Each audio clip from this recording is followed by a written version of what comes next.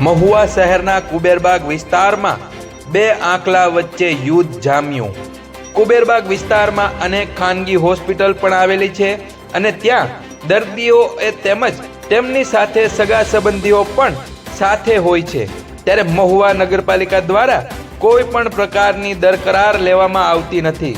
વરસાદ વચ્ચે બે આંકલા રોડ વચ્ચે બાખડ્યા।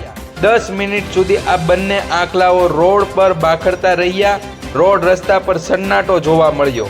તંત્રને કામગીરી પર આખરે ચોમાસા દરમિયાન મૂંગા પશુઓ વિશે ઉઠ્યો સવાલ। જાહેર રોડ ઉપર જ્યાં જુઓ ત્યાં મૂંગા ઢોરનો અડીંગો તેમજ શહેરમાં અનેકવાર રોડ રસ્તા પર આંકલા અનેકવાર બાખડતા હોય છે।